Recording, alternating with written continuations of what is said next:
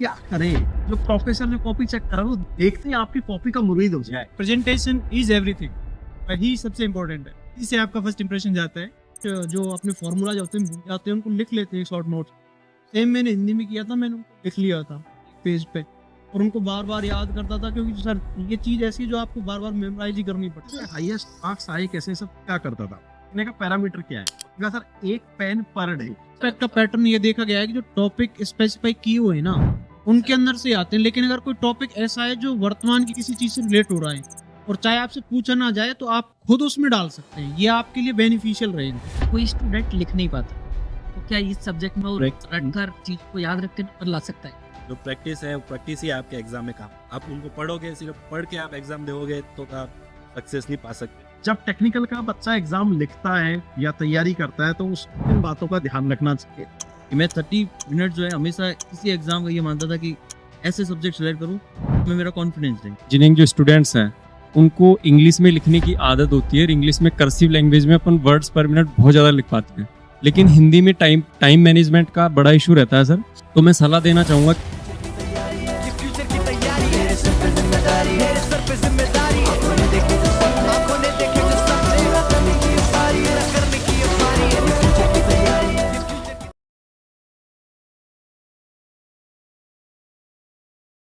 Hello students, welcome to Nimbus Learning powered by Engineers Academy. आज मैं आपको मिलाने वाला हूँ इंजीनियरिंग के भीष्म पितामह से।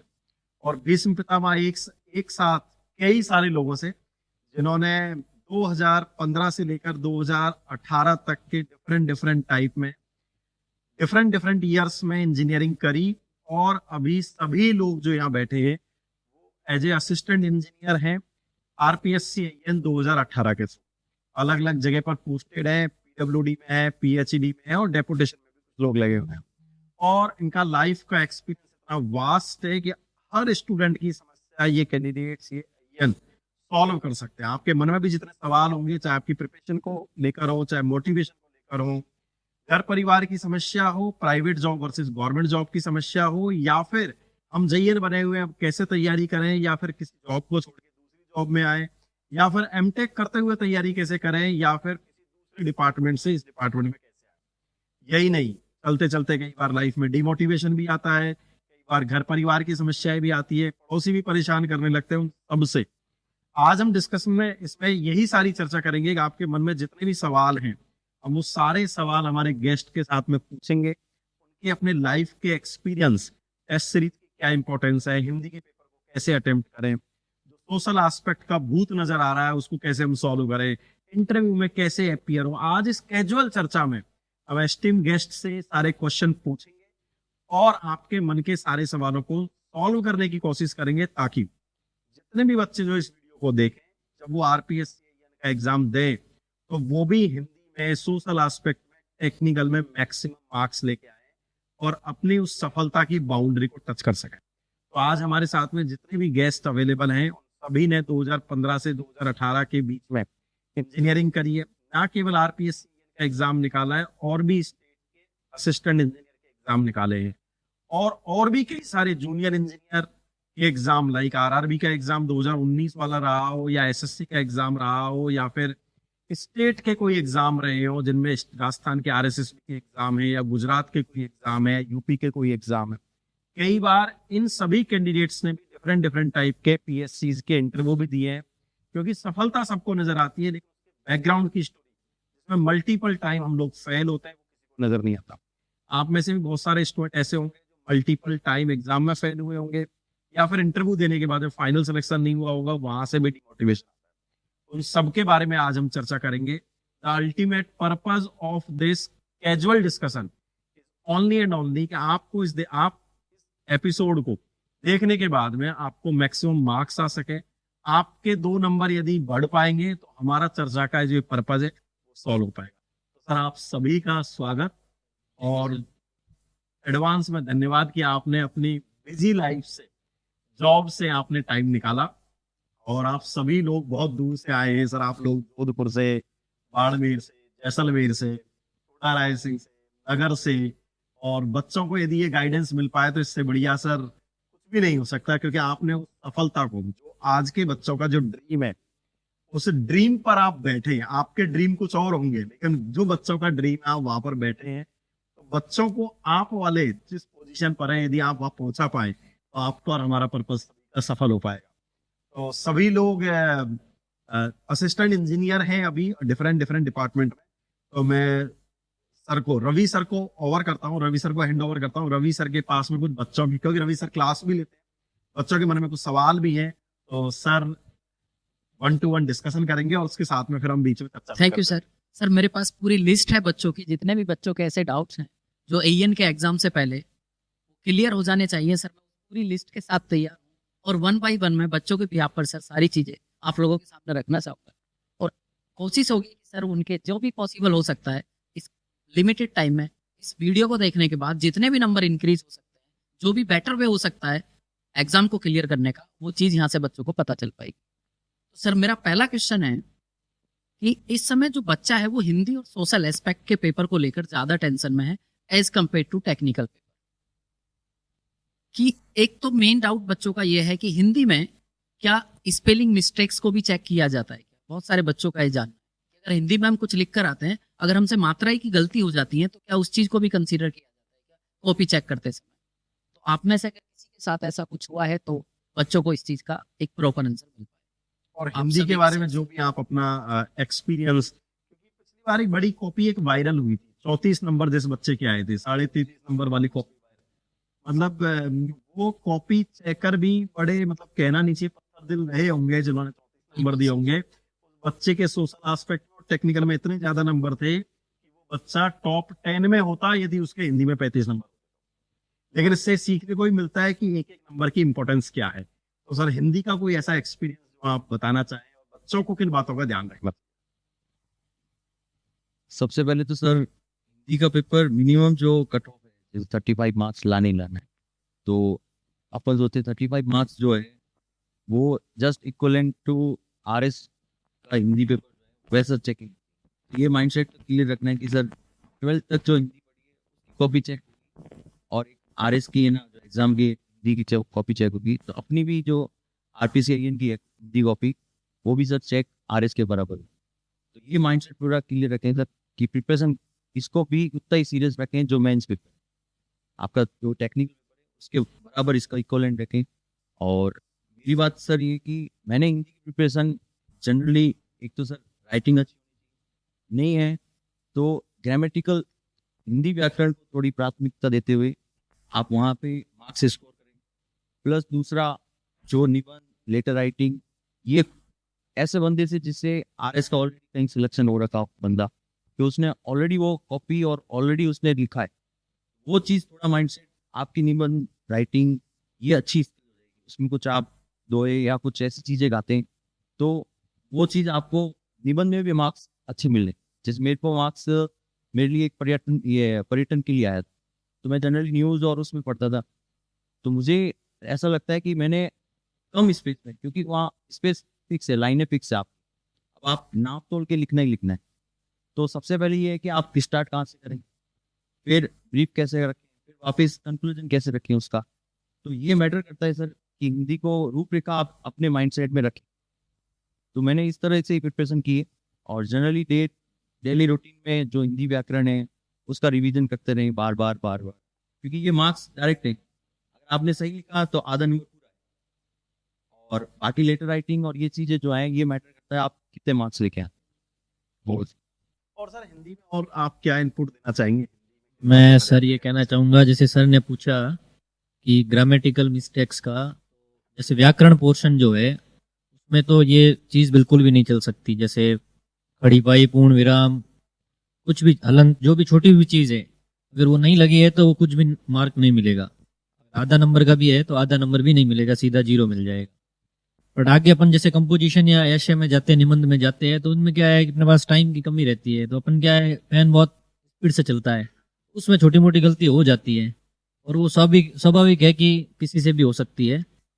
तो ग्रामर में ये मिस्टेक नहीं करनी है। दूसरा, हिंदी में स्कोरिंग पोर्शन जो है, व्याकरण तो क्या प्रैक्टिस ही होगा, खूब सारे क्वेश्चन करने पड़ेंगे। आईएनस के तो शायद 2-3 पेपर ही अवेलेबल होंगे प्रीवियस ईयर के, बट आरएस के तो बहुत होंगे, वो भी कर सकते हैं प्रीवियस ईयर आरएस के। बट कंपोजिशन जो पोर्शन है, जो 5 सवाल आते हैं बीच में, निविदा, प्रपत्र, पत्र, 10-10 नंबर के 5 सवाल होते हैं शायद, उसमें से अच्छा स्कोर किया जा सकता है। उनके फिक्स फॉर्मेट्स है।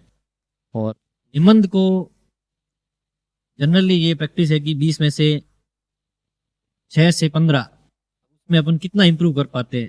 ग्रामर, ये भाग, अच्छे- ए, बे और से, तीनों के सारे क्वेश्चन अपन हिंदी की बुक में डाल ये बहुत अच्छा रहेगा। आरएस के सारे क्वेश्चन डाल दिए, तो मेरे को लगता है कि ये बड़ा बेनिफिट मिलेगा बच्चों को इस बात का। आरएस में शायद 120 नंबर का हिंदी का पोर्शन होता है, हाँ। 200 नंबर का जो उनका पार्ट डी पेपर और वो होता सारे क्वेश्चन उनके वहाँ क्या होता है, अपने है, पैटर्न वही है। पैटर्न वही है। उसको अपने यहाँ उन्होंने- 500 शब्दों में निबंध लिखना होता है, हाँ। उनके वहाँ 1000 शब्दों में लिखना होता हाँ, है। नहीं, अपने 250 है शायद, कुछ ऐसा है, वहाँ 500 डबल है, लेकिन अल्टीमेटली प्रैक्टिस उसी तरीके वही से है। हो जाएगी।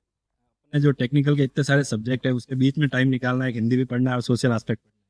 मेरा जो जनरली रहता था, सुबह और शाम को एक टाइम फिक्स कर देता था, 1-1 घंटा मेरे को हिंदी पढ़ना है और सोशल एस्पेक्ट पढ़ना है। उसमें मैं टॉपिक देख लेता था, ये टॉपिक है, ये मेरे को पढ़ के इसको क्लियर करना है। मतलब टारगेट सेट था कि भाई ये मेरे को पढ़ना है, मैं और सोशल एस्पेक्ट पढ़ के उसके बाद में टेक्निकल टाइम दे देता था। ऐसे अपन करके एक हिंदी और सोशल एस्पेक्ट के लिए particular time per day fix कर सकते हैं। इतना घंटा तो मेरे को हिंदी और सोशल एस्पेक्ट पढ़ना है पर डे, उसके बाद अपन टेक्निकल पे फोकस इससे अपन अच्छा रिजल्ट आ सकता है।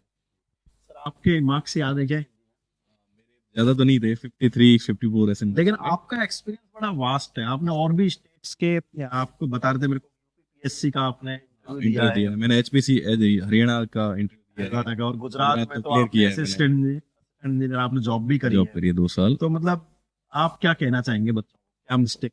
आपसे जैसे अपना टेक्निकल सब्जेक्ट्स होते हैं उससे अपन बोर नहीं होते जनरली, हाँ। हम करते रहते हैं। उसी बीच में अपन को जैसे आधा घंटा हिंदी के लिए निकाल लिया, शाम को फिर टेक्निकल पढ़ते पढ़ते आधा घंटा निकाल लिया। ऐसे जैसे है, तो ऐसे में क्या है, जैसे आपने 20 ऐसे लिख लिए जो अभी जनरल टॉपिक चल रहे हैं, जैसे जीएसटी हो गया, वृक्षारोपण हो गया, कुछ ऐसे टॉपिक आप मन से बना लिए, जैसे ऐसा कोई टॉपिक आ गया, जैसे वैसे उसमें तो ऑप्शन मिलेंगे 5-6, उसमें से एक लिखना है आपको। तो जो अभी रेगुलर जैसे जीएसटी कम हुई है तो उसका हो गया, और भी कोई बहुत सारे टॉपिक्स हैं, जैसे राजस्थान में बाल विवाह से रिलेटेड हो सकता है कि जेंडर रेशियो वाला। तो ऐसा एक टॉपिक पकड़ के आप सोचे कि क्या पता मेरे को लिखना पड़े, मैं कितना लिख सकता हूँ, वो हो गया। बेसिक जनरल नॉलेज जो आपकी जो भी है वो आप उसमें यूज करने, और पॉइंट वाइज लिखें, ज्यादा बढ़िया है कि आप फिगर्स नहीं भी लिखें तो, लेकिन स्केच हो उसमें, दिखने में थोड़ा सा सुंदर लगे।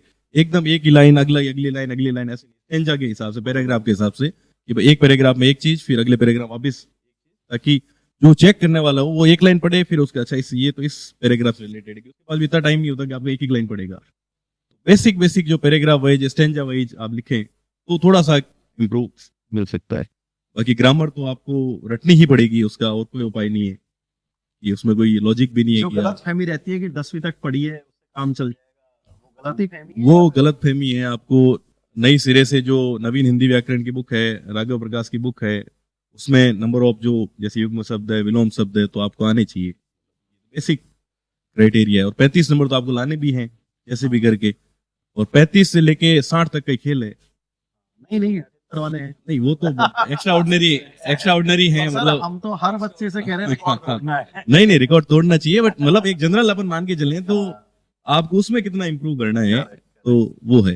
बाकी कुछ जो फिक्स है जैसे निविदा हो गए, ये तो आपको बिल्कुल ऐसे होने चाहिए कि निविदा आ गई तो मेरे को ये लिखना है, खाली ऊपर का नाम और नीचे का नाम चेंज करना है, बस जो लिखा होगा। मेरे को कोई लेटर आ गया जैसे प्रिंसिपल को लिखना है, तो फिर इस टाइप का लेटर लिखना फिक्स है बिल्कुल। जैसे अपन एप्लीकेशन लिखते हैं छुट्टी की, वो अपन से रटी हुई है, उसी टाइप की एप्लीकेशन आपको बिल्कुल एजिटेड छापनी है, कोई वो नहीं है। ये कुछ बेसिक चीजें हैं।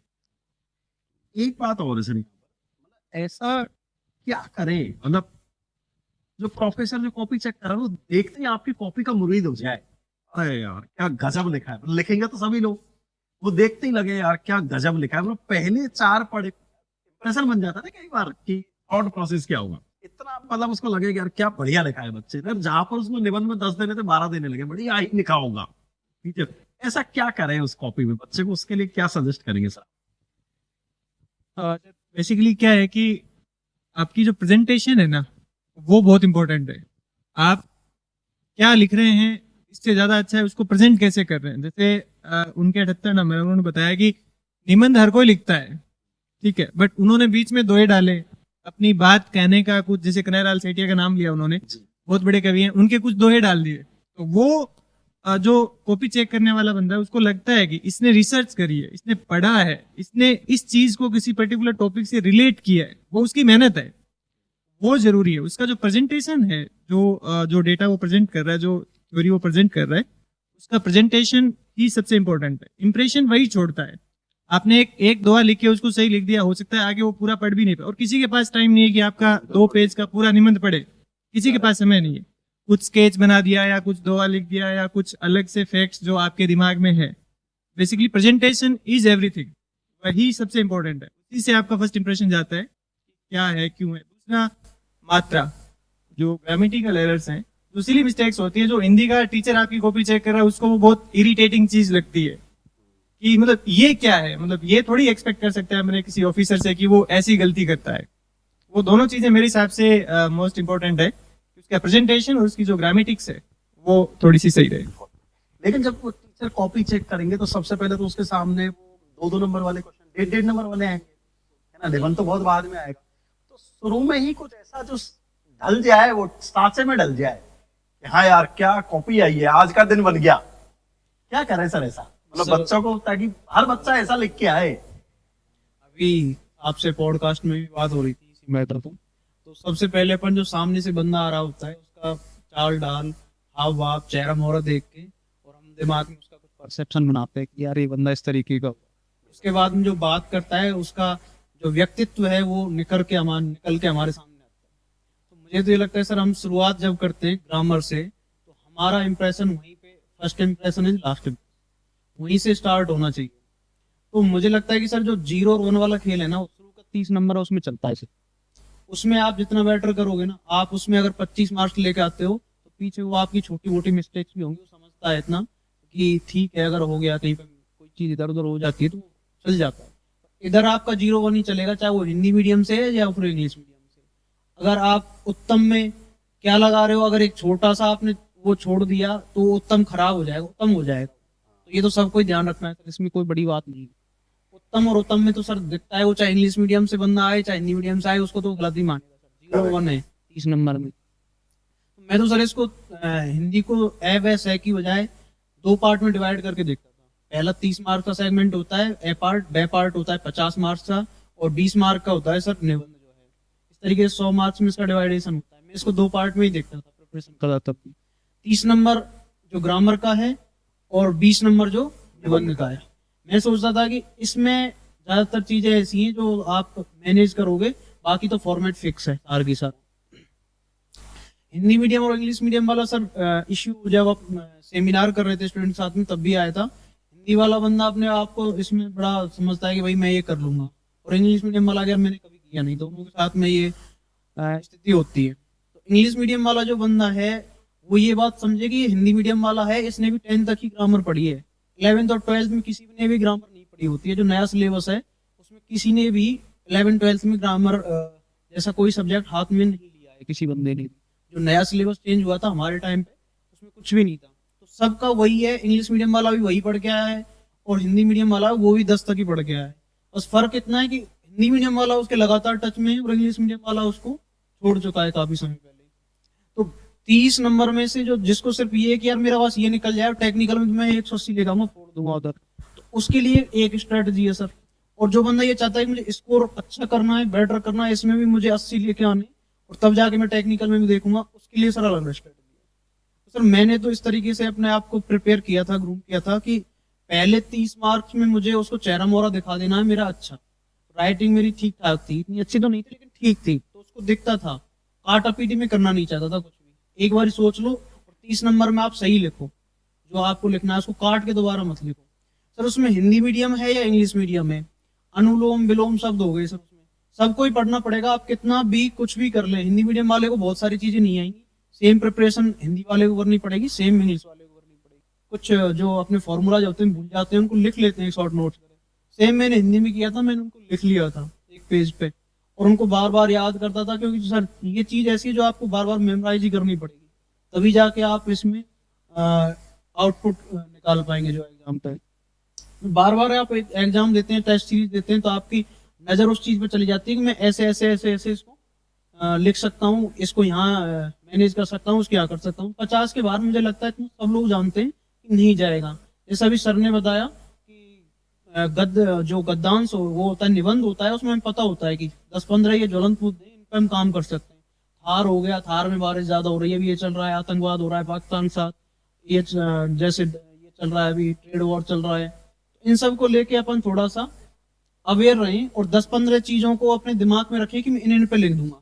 आतंकवाद पे हुआ है अभी, तो इनको सबको फिक्स है सर। पर्यावरण का मुद्दा आएगा ही आएगा, चाहे किसी भी चीज पे आए कि थार इधर से उधर भाग रहा है, आप क्या करेंगे, इधर बारिश बढ़ रही है, क्या करेंगे। इन चीजों को मैंने ध्यान में रखा था। तो मेरी स्ट्रेटेजी ये थी कि इधर से मैं अच्छा स्कोर करूं, अपना चेहरा मोहरा बनाऊं, और सह पार्ट है उसमें सारे आयाम लगाऊं। मेरी नॉलेज में जितने आप आ रहे हैं मैं सारे आयाम लगाऊं, और जो गद्य और पद की जो पंक्तियां हैं उनको डाल दूं, अंडरलाइन कर दूं, ऐसे करके। जो इंग्लिश मीडियम वाला बच्चा है ना, वो हिंदी से डरा हुआ है, तो वो डायरेक्ट किसी एक्सपर्ट के पास जाना चाहता है इसको कवर करने के लिए। लेकिन हिंदी मीडियम वाला बच्चा ये सोच रहा है कि मैं इसको खुद से कवर कर, तो ऐसा तो नहीं, इस चक्कर में हिंदी मीडियम वाला बच्चा हिंदी में पीछे रहता है। सर मैं उसको भी एक्सपर्ट के पास जाना चाहिए। मैंने तो सर क्लासरूम में ही इसकी प्रिपरेशन करी थी। जो मैंने फील किया है वो मैं बताता हूँ सर आपको। क्लासरूम में मैंने इस दौरान भी कहा था, क्लासरूम में कुछ कुछ चीजें ऐसी हैं जो टीचर की लिमिटेशन होती है कि आपको इतना ही कंटेंट दे सकते हैं आप।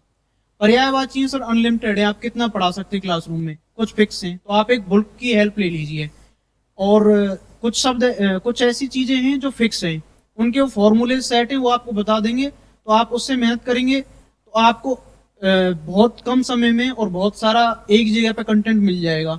अगर आप बुक से या सेल्फ स्टडी करेंगे तो आपको कंटेंट बहुत सारा है, उसमें बहुत सारी चीजें लिखी हुई जो आपके काम की ही नहीं है उसमें। तो आपको अगर कोचिंग यही करती है सर आपके साथ में कि आपको एक फिक्स डायरेक्शन दे देती है कि आप इस पथ पर चलें, तो वो एक लाइन आपको मिल जाती है। तो आपको पता होता है कि ये प्रथम छोर है और ये अंतिम छोर है। आप उसको पकड़ के अगर चलते रहेंगे तो एक रास्ता है आपके पास में। अगर सेल्फ स्टडी करेंगे तो ठीक है, लेकिन आपको बहुत सारा टाइम जाया करना पड़ेगा उसमें। अगर आपको कहीं से लिखा हुआ मिल रहा है, कोई एक्सपीरियंस बंदा आपको दे रहा है, तो लेने में क्या दिक्कत है सर आपको। आप जहाँ पे 1 घंटा लगा रहे हो वहां पे आपका काम 15 मिनट में हो सकता है सर। कुछ कुछ चीजें ऐसी हैं जो आपको टीचर के अलावा पढ़नी पड़ेंगी। मैं बार बार यही रिपीट कर रहा हूँ सर, पढ़नी पड़ेंगी, बिल्कुल पढ़नी पड़ेंगी। राघव प्रकाश की हेल्प लेनी पड़ेगी, चाहे हिंदी मीडियम से कोई बंदा है चाहे इंग्लिश मीडियम से। इंजीनियरिंग जो स्टूडेंट्स हैं उनको इंग्लिश में लिखने की आदत होती है। इंग्लिश में कर्सिव लैंग्वेज में अपन वर्ड्स पर मिनट बहुत ज्यादा लिख पाते हैं, लेकिन हिंदी में टाइम मैनेजमेंट का बड़ा इशू रहता है सर। तो मैं सलाह देना चाहूंगा कि आप लिखने की जो आंसर राइटिंग प्रैक्टिस है वो मेरे हिसाब से मैटर करेगी। बहुत बार क्या होता है कि हम टाइम मैनेज शुरू से नहीं कर पाते हैं। हमने जो 30 नंबर का जो ग्रामेटिकल जो पार्ट्स हैं उसमें बहुत सारा टाइम दे दिया, बाद में जो 50 नंबर का, तो वहां तक पहुंच ही नहीं पाते लोग। ऐसे राइटिंग तक जो है उनके पास समय नहीं रहता और वहां वो कम स्कोर कर पाते हैं। तो मेरी सलाह यही रहेगी कि आप आंसर राइटिंग प्रैक्टिस जो इंस्टीट्यूट के नोट्स हैं अपने, उन पे आप अटैच रहिए। बाकी सर के हाईएस्ट मार्क्स ऑब्वियसली, लेकिन मैं ये भी कहना चाहूंगा एस्पिरेंट्स को कि जो रिकॉर्ड्स हैं वो तोड़ने के लिए बनते हैं। ऑब्वियसली इस बार सारे रिकॉर्ड जो है पुराने वो टूटने वाले हैं सर। जी सर, बहुत बढ़िया सर। मैं एक बात और बताता हूँ, पहले एसएससी जेई का एग्जाम कन्वेंशनल हुआ करता था, मेंस वाला एग्जाम। तो मैं एक पटना में एक बच्चा था, मैं उससे उसके हाईएस्ट मार्क्स थे एसएससी जेई कन्वेंशनल। मैंने उससे पूछा था अपन जब उस टाइम थे, मैंने कहा तेरे हाईएस्ट मार्क्स आए कैसे, ऐसा तो क्या करता था। उसका आगे सर मैं लिखने की बहुत प्रैक्टिस करता था। मैंने कहा लिखने का पैरामीटर क्या है, उसने कहा सर 1 पेन पर डे। मैंने कहा इसका मतलब, उसने कहा कि सर मैं पेन से तब तक लिखता था जब तक ये पेन खत्म नहीं हो जाता था। और okay, ये प्रैक्टिस, ये हैबिट उसने लगभग 90-100 दिन ये काम किया होगा सर। 100 पेन मैंने खत्म करे, मैं रिफिल नहीं डालता था, वो वाले लाता था यूज एंड थ्रो। और उसकी वजह से मेरी इतनी प्रैक्टिस हो गई, वहां जब मेंस में जाके लिखता था ना तो मेरा हाथ दुखता था, ना मेरे को ये लगता था कि भाई क्या हो रहा है, क्योंकि वहां पर तो सर आधा ही पेन खत्म होना है उस एग्जाम में, और मैं जो प्रैक्टिस करके जा रहा हूँ पूरे पेन की करके जा रहा हूँ। सर बिल्कुल मैं इस बात को सपोर्ट करूंगा। रिसेंटली सर एक 12th फेल एक बुक आई थी, मूवी भी आई थी, उसका सार अपन निकालें सर। मैंने वो बुक पढ़ी है, तो उसमें यही निकलता है सर कि पर डे आप कितना लिख रहे हैं, वो भी 20 पेज 30 पेज का आप टारगेट बना सकते हो कि मुझे इतना लिखना है। क्योंकि जो कन्वेंशनल पेपर चाहे यूपीएससी का हो, आरपीएससी के हो, उनका यही फॉर्मूला है सर कि आप जितनी आंसर राइटिंग प्रैक्टिस उतना आप स्कोर करेंगे। सर इस प्रैक्टिस से एक मैं आउट ऑफ द बीट जाके भी एक बात करना चाह रहा हूँ कि कई बार बात होती है लक वर्सेज हार्ड वर्क। कई बार ऐसा होता है कि किस्मत ज्यादा इंपॉर्टेंट है या हार्ड वर्क ज्यादा इंपॉर्टेंट है। और जो बच्चे ने हार्ड वर्क किया है यहाँ पर जिसकी वजह से उसका एग्जाम निकला है, या फिर कई क्लास में ऐसे बच्चे हैं जिनकी किस्मत ज्यादा अच्छी है, तो मतलब आपने ये सारे एग्जाम निकाले तो आपका क्या कहना है? कई बार ऐसे बच्चे होते हैं जिनकी किस्मत एवरेज ऐसा मान सकते हैं, जबकि इसका कोई पैरामीटर नहीं है, लेकिन हार्ड वर्क करके वो बहुत अच्छी जगह पहुंच गए। और यहाँ पर भी उस बच्चे का हार्ड वर्क है, और हिंदी वाले बच्चे वो वाली प्रैक्टिस करेंगे और वो आपके रिकॉर्ड को तोड़ेंगे सर। इस बार मैं आपसे कह रहा हूँ आपके वाले मार्क्स को तोड़ेंगे इस बार। तो इन दोनों में क्या कहना है, लक वर्सेज हार्ड वर्क में क्या लगता है? सर मैं ऐड करूं इसमें कि हार्ड वर्क जो है वही आदमी को लकी बनाता है। मैं हार्ड वर्क पे ज्यादा बिलीव करूंगा। लक का मुझे लग रहा है संयोग मैटर करता है, लेकिन वो आपका सिलेक्शन में बहुत ज्यादा उसकी भूमिका नहीं है। आप अगर हार्ड वर्क में आप कर रहे हैं अच्छे से तो फाइनली आप सिलेक्शन ले पाएंगे सर। तो क्या ऐसा कह सकते हैं कि जब हार्ड वर्क करते हैं तो लक अपने आप आ जाता है? हाँ बिल्कुल सर, मैं एग्रीड हूँ। Hard work makes a man lucky, मेरा यही कहना ये रहेगा नई सर। लाइन है, हार्ड जी work sir. Makes a man perfect की जगह hard बाकी work- सर साथी पैनलिस्ट सर से मैं निवेदन करूंगा बहुत कि जरूरी कुछ भी add- है सर, एग्जाम क्लियर करने के लिए करना ही पड़ेगा सर। उस पेन की कहावत में एक और ऐड करना चाहता हूँ। प्रकाश जी सर के साथ मेरे पिछले अंतिम जो 3 मंथ है तैयारी के हमने साथ ही करी थी, तो हमारा टारगेट था कि पर डे एक पेन तो खाली करना ही है। अच्छा, पर same। डे सेम हम साथ ही थे, पर डे एक पेन तो खाली करना ही है हमको। पर डे एक पेन खाली करके साइड में रखते थे, तो प्रैक्टिस करते गए अंत में रिजल्ट सामने है। अरे बहुत सर मैं इसमें ऐड करना चाहता हूँ, कोई भी एग्जाम जनरली मानते हैं कि उसका 1.5 महीना जो है ना 45 डेज मैं मानता हूँ इम्पोर्टेंट है। वो आप जो पेन की लाइन कह रहे हैं सर, एक पेन खत्म करना, वो एक सर मोमेंटम बनाने वाली बात है कि आप जिस एग्जाम की तैयारी कर रहे हो वो एक मोमेंटम होना चाहिए, जिसके लिए एग्जाम का जो टाइम होता है उसी टाइम आप प्रैक्टिस करें। मतलब मेंस में जैसे 9 से 12 है, तो मॉर्निंग में आप, हम दोनों जैसे रूममेट थे, तो हमारा एक बेसिक था कि 9 बजे हम फिक्स पुराने जितने भी टेस्ट सीरीज के पेपर हैं, तो लास्ट 30 डेज ऐसा होता है कि जनरली क्या है कि स्टूडेंट कोचिंग या बाहर जाना प्रेफर नहीं करता, वो अपने रूम में ही तैयारी करना चाहता है। कि लिखते लिखते हाथ में आप बता रहे थे निशान पे बन गए। हाँ वो जनरली सर अब एक पेन कह रहे हैं सर कि हकीकत ही है कि वो एक दिन में खाली करना है, तो ऑब्वियसली बात है अपनी बिल्कुल, उंगलियों ये- की शेप भी ऐसी हो जाती है, उसके अंदर पेन पेन जो है ऑटोमेटिक रह जाता है। एक बात और है सर, जो आपने बात कही कि लास्ट के 45 दिन उस एग्जाम के सबसे इंपॉर्टेंट होते हैं, और मैं सर को यहाँ पर करेक्ट करना चाहूंगा कि सर की तो शादी थी जिस दिन एग्जाम था उससे 10 दिन पहले। बाई चांस ऐसी इमरजेंसी है, बीमार हो जाते हैं, कई बार ऐसे सोचते हैं बुखार आ गया, ये आ गया, अब क्या होगा, तो उस 15 दिन में आपने कुछ भी नहीं पढ़ा, वापिस आपको 2-4 दिन मिला, उसमें आपने वापिस माइंड मेकअप किया, तो उसके बाद वो जो हार्डवर्क पहले का था, जो बैकएंड में आपका चल रहा था, तो वही ऑटोमेटिकली आपके सारे क्वेश्चन करा रहा था। अब जो शादी हुई उस लक की वजह से हो सकता है रैंक इंप्रूव हो गई। तो ये हार्डवर्क और लक दोनों चीजें, मतलब हार्डवर्क की वजह से सिलेक्शन और लक की वजह से आपकी क्या रैंक रही सर आपकी? मेरी 3rd रैंक थी। बहुत बढ़िया। तो मतलब हार्ड वर्क से सिलेक्शन हुआ है, तीसरी रैंक वाइफ का रोल है। हाँ मतलब लक की बड़ा अफसोस होता है हाँ, कि बिल्कुल। हिंदी में रह गया, मतलब वो मार्कशीट वायरल होना, फिर अफसोस ये होता है कि यार इसने मेरे मेंस में मतलब 180 से भी ज्यादा मार्क्स लेके आया है, और ये जस्ट एक नंबर से पूरा या तो इस पड़ाव में या उस पड़ाव में, और ये कोई डिग्री का भी एग्जाम नहीं है सर। डिग्री में तो कोई परसेंटेज होगा, कोई मान लो ऑनर्स नहीं होगा, कोई टॉपर नहीं होगा, लेकिन एक एग्जाम जो है आपकी जिंदगी भी चेंज कर सकता है, और एक नंबर से, तो हिंदी को भी सीरियस लेके करना चाहिए। बेसिकली क्या है कि मुद्दा ये नहीं है कि 80 नंबर लाने, मुद्दा ये है कि आपको 35 तो लाने ही हैं। आप 80 नहीं लाएंगे तो काम चल जाएगा, मे बी आप टेक्निकल में कवर कर लेंगे, मे बी आप सोशल एस्पेक्ट में 5 नंबर ज्यादा ले आएंगे, बट अगर आप 35 नहीं लाए तो बड़ी समस्या है। तो पहला थॉट जो है वो है कि मेरे को फर्स्ट बैरियर 35 पार करना है, हर हाल में, हर सूरत में। उसके लिए मेरे को जो सूट करता है वो ये है कि आपका जो 1.5 मार्क्स वाले क्वेश्चन है, 15-20 नंबर आप वहां से लेवें, और जो आगे का 70 नंबर का पोर्शन है आपका ये हो कि 30-35 नंबर मेरे यहाँ से आए। 50 से 1 नंबर का आपका मोटा मोटा टारगेट हो, आप 35 कवर कर जाएंगे होपफुली। हाँ, और जो अगर 50 नंबर आपका बन जाता है तो सर की 3rd रैंक है 80 नंबर में, और इनकी 2nd रैंक 4th रैंक है 53 नंबर में। Doesn't matter. एस्पेक्ट से रिलेटेड बिल्कुल। क्या अगर स्टूडेंट सोशल एस्पेक्ट का जो सिलेबस है उस सिलेबस को पॉइंट टू पॉइंट डिफाइन कर कर अगर पढ़कर चले जाए तो ये सफिशिएंट है इस एग्जाम के लिए?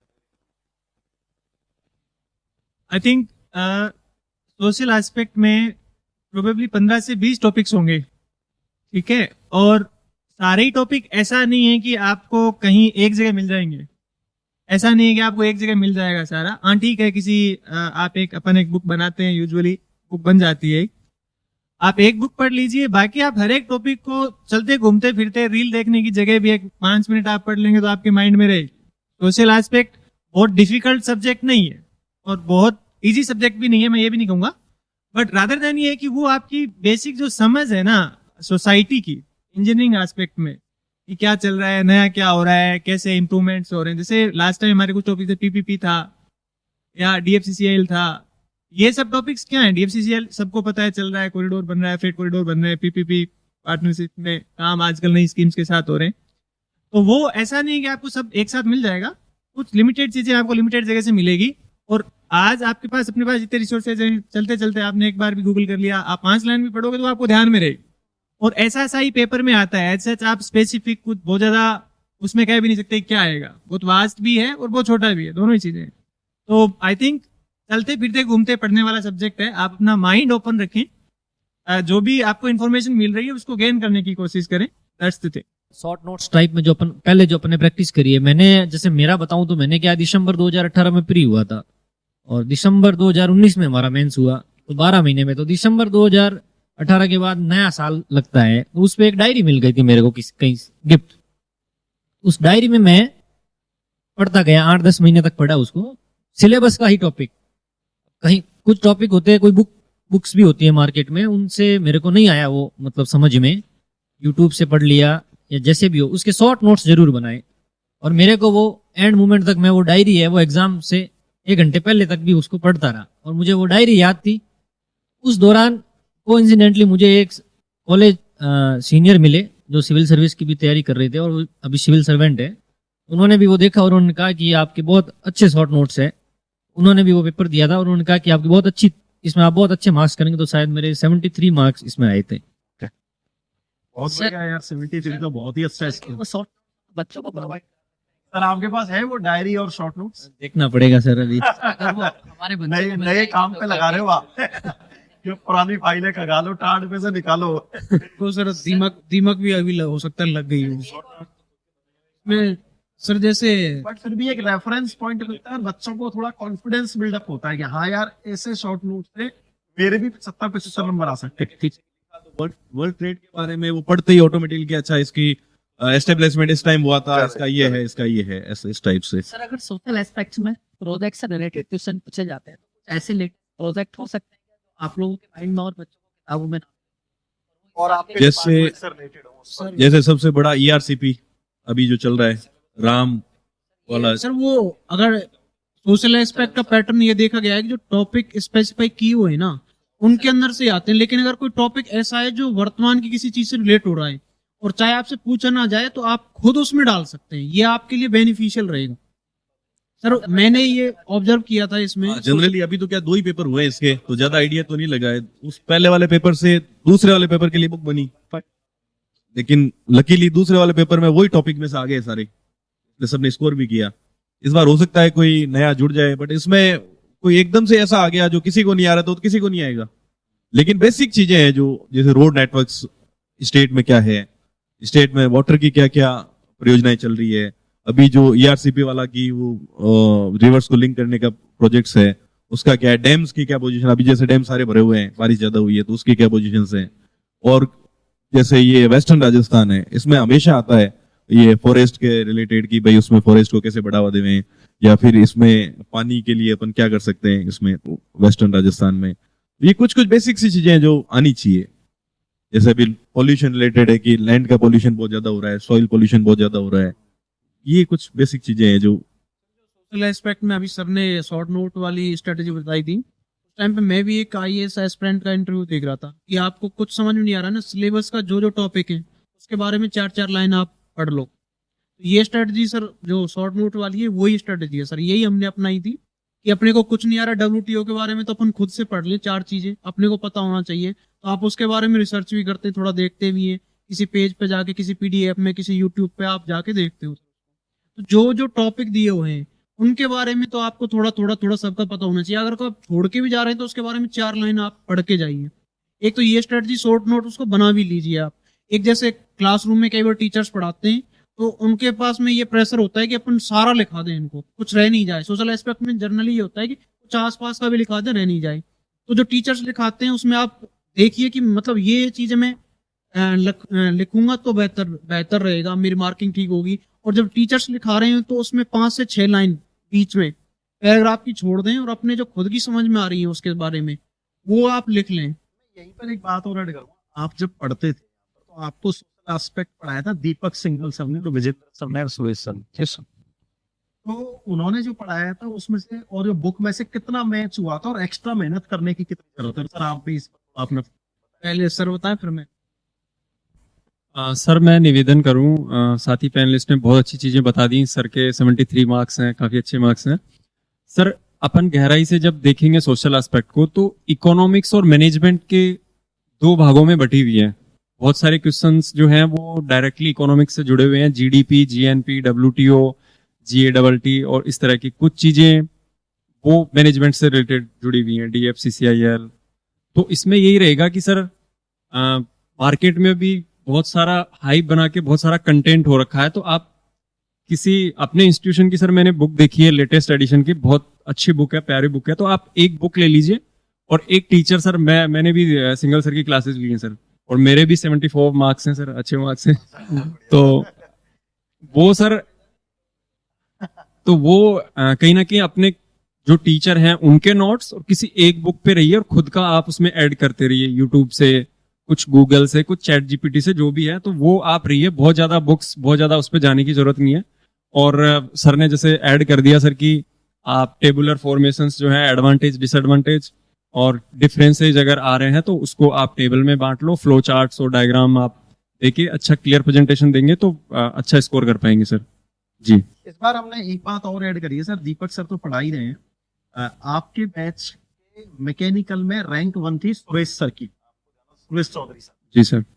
हालांकि उन्होंने ईएन ज्वाइन नहीं किया, उनका पढ़ाने, वो ईएस भी रहे हैं पहले, उनका पढ़ाने का शौक रहा है और वो भी पॉलिटेक्निक कॉलेज में प्रोफेसर लगे हुए हैं।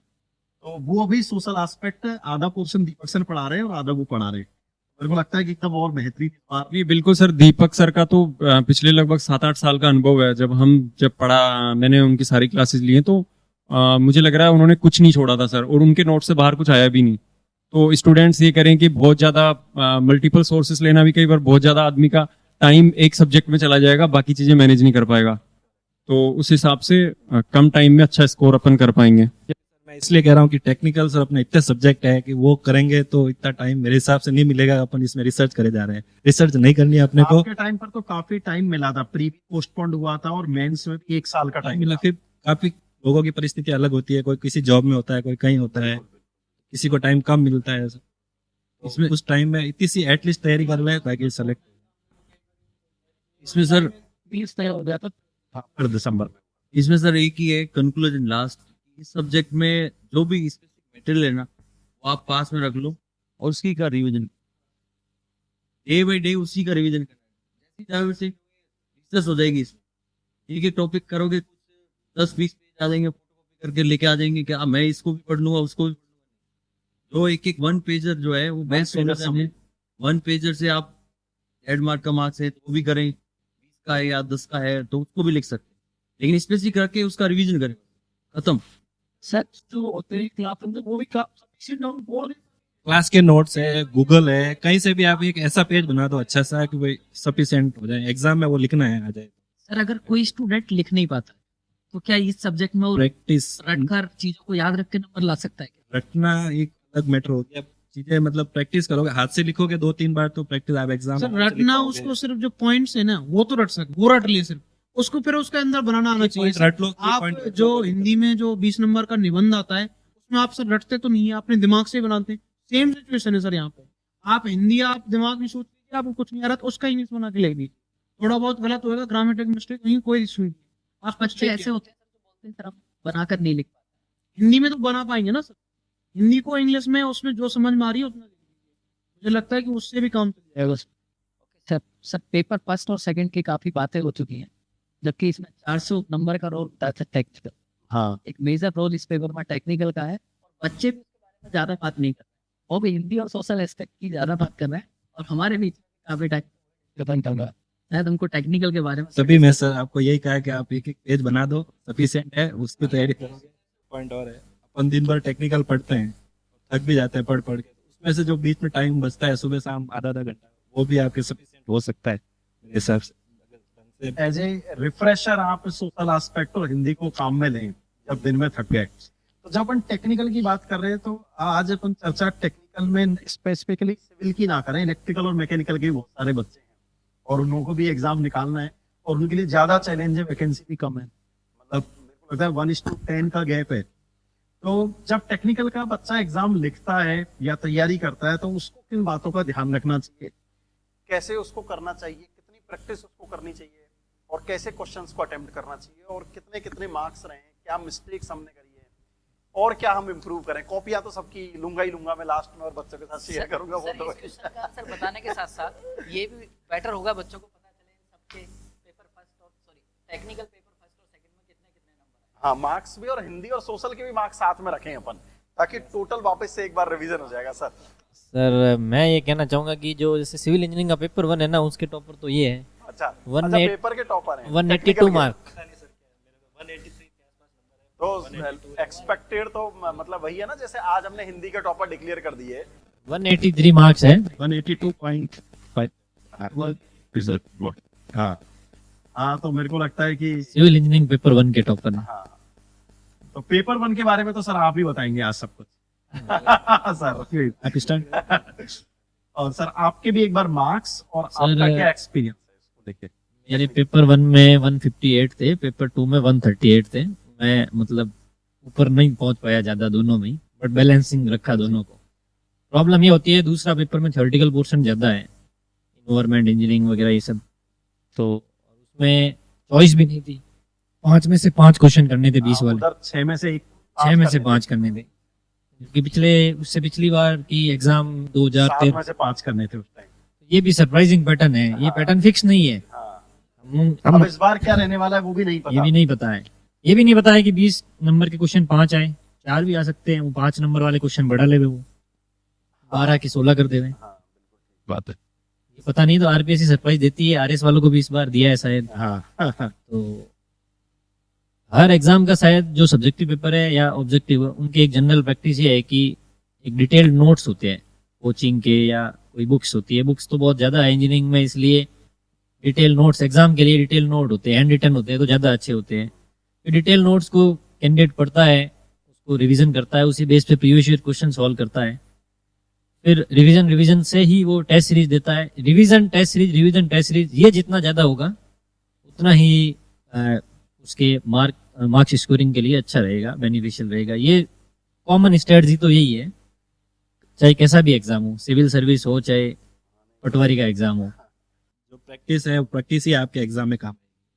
आप उनको पढ़ोगे, सिर्फ पढ़ के आप एग्जाम दोगे तो आप सक्सेस नहीं पा सकते, क्योंकि आप लिख नहीं पाओगे 3 घंटे के अंदर। हो सकता है आप इंटेलिजेंट हो, चीजें पता है, लेकिन 3 घंटे में आप चीजें बता नहीं पाओगे। वो टाइम लिमिटेड है आपके पास वहाँ पे 3 घंटे का।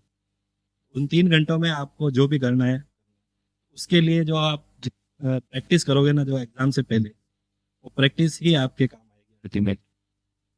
मेरा जो पर्सनल एक्सपीरियंस यही था कि हम जो प्रैक्टिस कर रहे थे, तो पर डे का हमारा टारगेट था कि ये टॉपिक हमको कवर करने, ये सब्जेक्ट कवर करना है, ये सब्जेक्ट, मतलब ऐसे पढ़ रहे थे, उस हिसाब से ही अपन को आगे बढ़ना है।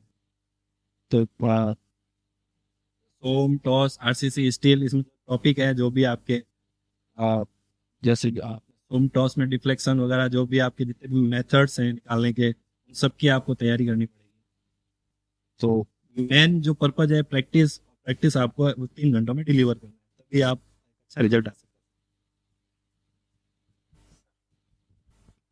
बेसिकली क्या है कि जो दोनों टेक्निकल के पेपर है ना, वो 3 घंटे में आपको हो सकता है बहुत बड़े क्वेश्चंस करने पड़े, 5 जो क्वेश्चन आपके 20 नंबर के आ रहे हैं, और हो सकता है कि पैटर्न ऐसा कुछ सरप्राइजिंग हो जाए कि आपको 5 नंबर वाले ज्यादा क्वेश्चन सोल्व करने पड़े। तो जितनी आप प्रैक्टिस करेंगे, जितने आप न्यूमेरिकल्स लगाएंगे, और किस टाइप के न्यूमेरिकल्स होंगे, वो बेसिकली आपका जो टेम्पलेट जो है वो है, या तो आप जो प्रीवियस ईयर क्वेश्चंस आपके आईएन के हैं, किसी दूसरे स्टेट आईएन के हैं, एक कुछ प्रीवियस ईयर एसएससी के क्वेश्चंस हैं जो इजी पढ़ते हैं, वो मे बी नहीं आए बट वो आपका फाउंडेशन स्ट्रॉन्ग करते हैं, आपको कॉन्फिडेंस आता है उनसे कि मैं जल्दी कर दूंगा इनको। और थर्ड स्टेज जो है वो है आपके इंजीनियरिंग सर्विसेज के, जो 20 नंबर तक के क्वेश्चंस हैं, प्रोबेबली 20-25 नंबर क्वेश्चन जो आते हैं, उनकी आप प्रैक्टिस आप करिए, ठीक है। अब इंजीनियरिंग सर्विसेज में जो 30 नंबर का क्वेश्चन आता है वो ऐसा तो नहीं है कि वो एक ही क्वेश्चन आता है, उसमें 3-4 पार्ट्स होते हैं। तो वो जब आप क्वेश्चन कर रहे हैं तो आप 5 नंबर का न्यूमेरिकल भी उसमें से कर रहे हैं, आप 10 नंबर का न्यूमेरिकल भी उसमें से कर रहे हैं, आप 20 नंबर का न्यूमेरिकल भी उसमें से कर रहे हैं। तो बेसिकली क्या है कि आप उन क्वेश्चंस को 3 घंटे में आप अपने हिसाब से जो आपकी टेस्ट सीरीज आप लगा रहे हैं, आप कर रहे हैं, उनको आप रेगुलर करिए। टेस्ट सीरीज भी आपकी अगर यहाँ ऑफलाइन होती है तो आई थिंक जो टाइम है वो ही रहे, वो ज़्यादा सूटेबल आपको हैबिचुअल बनाता है, वो जरूरी है। और सबसे इंपॉर्टेंट चीज सब बता ही रहे हैं कि प्रैक्टिस ही है। जो टेक्निकल पेपर्स हैं उनमें आपकी प्रैक्टिस ही इंपॉर्टेंट है। जितनी आप प्रैक्टिस करेंगे उतने आपकी एरर्स होने के चांसेस कम होते जाएंगे, क्योंकि वहां हिट एंड ट्रायल नहीं है। आपने एक बार इन्होंने अभी एक स्टोरी बताई नहीं वैसे फर्स्ट पेपर की, कि क्वेश्चन गलत कर दिया और आधा क्वेश्चन करने के बाद पता चला ये तो गलत हो गया, अब क्या करोगे? पेज तो लिमिटेड है, वहां पेज तो उतना ही है, अब क्या करोगे? तो आपके पास हिट एंड ट्रायल के बहुत ज्यादा मौके नहीं है। इन्होंने काट के उस क्वेश्चन को दोबारा किया, फिर भी 182 मार्क्स हैं। इसका मतलब इनकी प्रैक्टिस बहुत अच्छी थी। उस क्वेश्चन को किया, 20 मिनट उसमें भी लगे होंगे, तो वो तो वेस्ट हो गया ना। तो जितनी अगर आपकी प्रैक्टिस अच्छी है तो आपका फ्लो बनता जाएगा, आपके पास हिट एंड ट्रायल का ऑप्शन नहीं है। बहुत बढ़िया सर। ये थोड़ा सा आपका भी कोई ऐसा एक्सपीरियंस जो टेक्निकल पेपर को लेकर रहा हो जो आप बच्चों के साथ share? Generally sir technical paper अपना सब्जेक्टिव जो है, मैं मानता हूँ कि सर 3 घंटे एक पेपर का होता है, और हम में से सबने एक ही स्ट्रेटेजी की होगी कि जनरली ऐसा माना जाता है न्यूमेरिकल पार्ट हर स्टूडेंट का अच्छा होता है, वो सोम टोस, क्योंकि वो यूनिवर्सिटी पे भी वो उसी लेवल पे पढ़ता है और काफ़ी सब्जेक्टिव लिखता भी है वो। तो जनरली वो फर्स्ट क्वेश्चन है ना सर, ऐसा मानते हैं कि भाई 100 में से 90 जने 20 नंबर वाला क्वेश्चन करेंगे, क्योंकि उसको पूरे 3 घंटे में सर ऐसा हो रहा होता है कि फर्स्ट जो है कॉन्फिडेंस के लिए ना कुछ ऐसी चीज होनी चाहिए जो हो जाए, वो सही हो जाए, उससे कॉन्फिडेंस आता है, तो वो आपका मोमेंटम बढ़ता है। मिडल जो फेज होता है, आप इतने अच्छे क्वेश्चन है ना अटेम्प्ट कर लेते हो, वो आपको खुद को भी नहीं पता था, क्योंकि हर एग्जामर जो भी अपन देते हैं एग्जाम, उसमें यही स्ट्रेटेजी है कि पहले 35 मिनट 30 मिनट जो है वो हमेशा डिफिकल्ट रहता है, हर कोई टेंशन में, वो सब कुछ अटेंड करने में उसको एक बार हल्का सा ऐसा लगेगा यार गलत तो नहीं है, जैसे सर का गलत हुआ, लेकिन फिर भी उस टाइम अपना आपा नहीं खोला कि मतलब कि मैं इसको अटेंड कर लूंगा, और कॉन्फिडेंस थे। तो ये चीज जो है कि सर की प्रैक्टिस कितनी रही होगी। फिर सेकंड फेज रहता है कि मेंस का, कि आप उस क्वेश्चंस को ना, बहुत सारे ऐसे क्वेश्चन होते फटाफट होने चालू हो जाते, लास्ट में अपने को वापस डर लगने लग जाता है कि आप 15 मिनट बचे, अब मुझे इसमें क्या क्या करना है। तो ये जो मिडल जो है ना, ये आपका कॉन्फिडेंस देगा फर्स्ट 30 मिनट सर, मेरी तो ये स्ट्रेटेजी थी।